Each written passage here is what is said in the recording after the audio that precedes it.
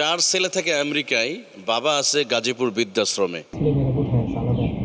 আলাদা আছে। ওই আমেরিকাতে আছে, দুই ছেলে ডাক্তার, দুই ছেলে ইঞ্জিনিয়ার, ও মারের লোক করে নিয়ে চলে গেছে।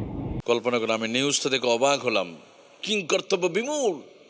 চারজন ছেলে থাকে আমেরিকায়, পৃথিবীর সবচেয়ে উন্নতশীল দেশে, যে দেশে মানুষ স্বপ্ন দেখে সে দেশে থাকে, আর বাবা আছে বৃদ্ধাশ্রমে। আমি তো মনে করি ওই বাবারও দোষ আছে।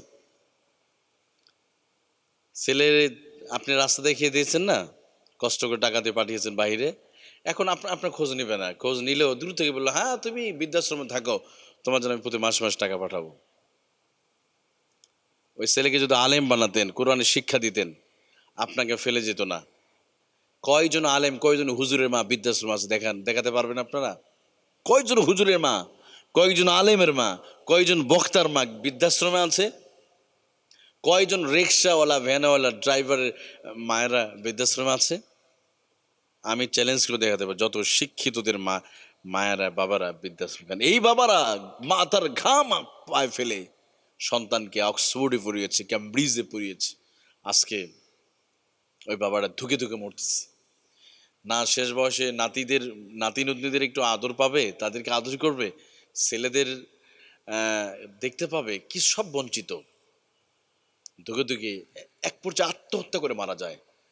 একবার হলো না, ওই যে একজন বাংলাদেশের এক অভিনেতা, তা ওনার শ্বশুর, নায়ক কি যেন নাম, রিয়াজ, ওনার শ্বশুর, ছেলে, বউ সব আমেরিকায়, আর উনি মাথা পিস্তল থেকে মার। না, অশান্তির মধ্যে নাই তো শান্তি নাই। এত কিছু কেন? ওদের চোখ খুলে দিয়েছেন, ওরা আমেরিকায় পড়ে আছে। আপনি কি হবে শেষ বয়সে? আপনার জমি বিক্রি করে বিদেশ পাঠিয়েছেন, আপনার মতো পাগল পৃথিবীতে একটাও নাই। আপনি শেষ বয়সে তাকিয়ে থাকতে হয়।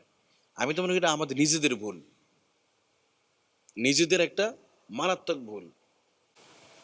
এই জন্য সন্তানকে কোরআনের শিক্ষা দিতে হবে।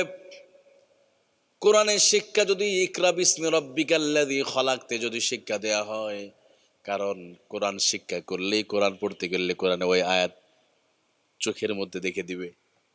যখন কোরআন পড়বে, কোরআন ধরে দিবে। কি ধরে দিবে? কোরআন ওয়াজ করবে।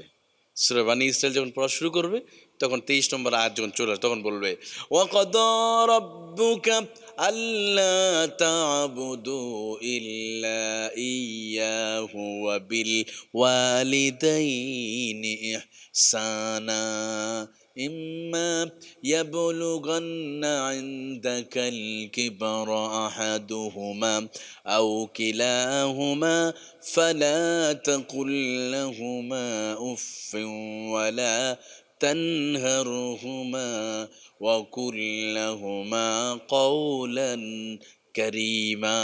এই আয়াত চলে আসবে যে আমি ওয়াজ করেছি, শোনো, তোমার মা বাবার সাথে ভালো ব্যবহার করো। ওরা যখন বার্ধক্যে পৌঁছে যাবে, তোমার সর্বোচ্চ ব্যবহার করবে। কৌলান কারীমা, তার সাথে বিনয় নম্রতার সাথে কথা বলবে। কখনো উফ শব্দ উচ্চারণ করা যাবে না। তো কোরআন যখন পড়বে, আয়াতগুলো চলে আসবে।